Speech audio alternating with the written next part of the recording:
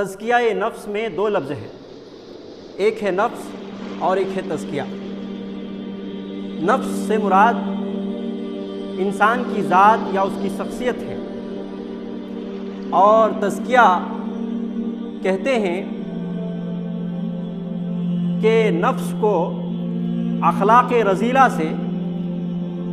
برے اخلاق اور برے میلان سے بچا کر کے نیکی اور خدا ترسی کے راستے پر لگا دینا، یہ ہے تزکیہ۔ تو تزکیہ نفس کا مطلب یہ نکلا کہ آدمی گناہ کے کاموں کو چھوڑ کر نیکی کے کاموں پر رواں دواں رہے اور اسی پر اس کی نشو نما کرے اور اسی کو پروان چڑھائے۔ معزز سامعین، تزکیہ نفس کی بڑی اہمیت ہے۔ قرآن مجید میں جگہ جگہ تزکیہ نفس کے تعلق سے اللہ رب العالمین نے بیان کیا ہے۔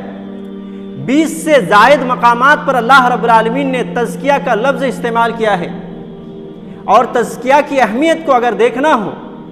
تو سورہ شمس کی آیتیں آپ پڑھیں، معلوم ہوگا کہ اللہ رب العالمین کے یہاں تزکیہ نفس کی کتنی بڑی اہمیت ہے۔ اللہ رب العالمین نے سورہ شمس میں فرمایا والشمس وضحاها، قسم ہے سورج کی اور اس کی روشنی کی، والقمر اذا تلاها، قسم ہے چاند کی اور جبکہ وہ اس کے پیچھے آئے، والنہار اذا جلاها، قسم ہے دن کی اور اس کی روشنی کی، واللیل اذا یغشاها، قسم ہے رات کی اور جبکہ وہ سورج کو ڈھانپ لے، السماء وما بناها، اور قسم ہے آسمان کی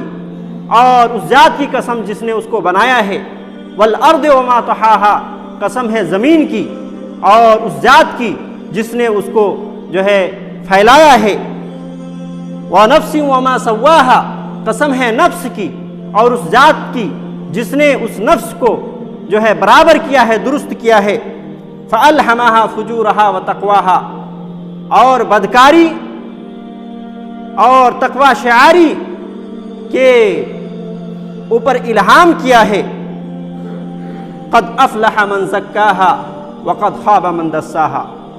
کہ تحقیق کے وہ شخص فلاح پا گیا، کامیاب ہو گیا جس نے اپنا تزکیہ نفس کیا۔ ان آیت کریمہ میں آپ غور کریں، اللہ رب العالمین نے 11 قسمیں کھائی ہیں، آسمان کی قسم، زمین کی قسم، سورج کی قسم، چاند کی قسم اور اس طریقے سے دن کی قسم، رات کی قسم۔ 11 قسمیں کھانے کے بعد ایک اہم بات اللہ رب العالمین نے بیان کی ہے، اور وہ ہے قد افلح من زکاها، کہ وہ شخص کامیاب ہو گیا جو اپنا تزکیہ نفس کیا، اپنے آپ کو گناہوں سے دھلتا رہا، اپنے آپ کو گناہوں سے بچتا رہا اور نیکی کے کاموں میں لگا رہا۔ یہاں اللہ رب العالمین کا 11 قسمیں کھانے کے بعد اس بات کو ذکر کرنا، اس کی کتنی بڑی اہمیت ہے، اس چیز کا آپ اندازہ لگا سکتے ہیں۔ معزز سامعین کرام، اسی طریقے سے اللہ رب العالمین نے سورہ اعلیٰ کی آیت نمبر 14 سے لے کر 19 تک میں یہ فرمایا قد افلح من تزکا وذکر اسم ربہ فصلی، اس شخص نے کامیابی حاصل کر لی جس نے اپنے آپ کو تزکیہ کیا، وذکر اسم ربہ فصلی، اور اللہ رب العالمین کی بڑائی کرتے ہوئے نماز ادا کی۔ بل تؤثرون الحیات الدنیا، لیکن تم تو ہو کہ تم دنیا کی زندگی کو ترجیح دیتے ہو، والآخرۃ خیر وابقی، اور آخرت اس دنیا سے بہتر ہے اور اس دنیا سے دیر پا ہے، اور یہ وہ بات ہے جو اس سے پہلے کے صحیفوں میں بھی اللہ رب العالمین نے ذکر کیا ہے، صحف ابراہیم و موسیٰ، ابراہیم علیہ السلام کے صحف میں اور موسیٰ علیہ السلام کے صحف میں۔ اس آیت کریمہ میں بھی آپ دیکھیں، ابراہیم علیہ السلام جو کہ اللہ رب العالمین کے خلیل ہیں، اللہ رب العالمین نے ان کو اپنا دوست بنایا تھا،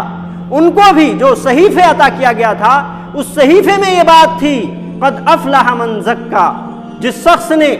اپنے آپ کی تزکیہ نفس کی وہ کامیاب ہو گیا۔ یہ بات صرف حضرت ابراہیم علیہ السلام پر نہیں بلکہ موسیٰ علیہ السلام کو جو تورات عطا کی گئی تھی اس میں بھی تھی، اور ہمارے آخری نبی کو جو قرآن مجید عطا کیا گیا اس کے اندر بھی موجود ہے۔ لہذا تزکیہ نفس کی اہمیت کو یہاں دیکھ سکتے ہیں کہ کتنی بڑی اہمیت ہے کہ اللہ رب العالمین نے آپ صلی اللہ علیہ وسلم ہی کی امت کو نہیں بلکہ آپ صلی اللہ علیہ وسلم کی امت سے پہلے کی امت کو بھی اس بات کا جو ہے حکم دیا گیا تھا۔ یہ تمام آیات اس بات پر دلالت کرتی ہیں کہ تزکیہ نفس کی بڑی اہمیت ہے، اور تزکیہ نفس جس نے حاصل کر لی اس کی فضیلت بھی اسی قدر بڑی ہے۔ معزز سامعین، اگر جنت کی شہریت چاہیے تو شرط یہ رکھی گئی ہے کہ آدمی اپنے اندر تزکیہ کرے، گناہوں سے پاک دل لے کر کے اللہ رب العالمین کے یہاں پہنچے، گناہوں سے جو ہے اپنے آپ کو پاک اور منزہ کر کے اللہ رب العالمین کے دربار میں پہنچے، تبھی جا کر کے انہیں جنت مل سکتی ہے۔ اور اس تعلق سے اللہ رب العالمین نے سورہ طٰہٰ کی آیت نمبر 76 میں فرمایا، جنات عدن تجری من تحتها الانہار خالدین فیہا وذالک جزاء من تزکی، کہ یہ جنت جس کے نیچے نہریں بہتی ہیں، جہاں لوگ ہمیشہ ہمیشہ رہیں گے، اہل جنت جہاں ہمیشہ ہمیشہ رہیں گے، وذالک جزاء، اور یہ وہ بدلہ ہے من تزکی، اس شخص کے لیے جس نے اپنے آپ کو پاکیزہ بنایا، جس نے اپنے آپ کا اپنے نفس کا تزکیہ کیا اور تزکیہ نفس سے کام لیا۔ تو اس سورہ طٰہٰ کی اس آیت کریمہ سے معلوم ہوا کہ جو شخص اپنے آپ کا تزکیہ کرتا ہے، اپنے نفس کا تزکیہ کرتا ہے، گناہوں سے اپنے آپ کو بچاتا ہے اور نیکیوں کی طرف اپنے آپ کو لگاتا ہے،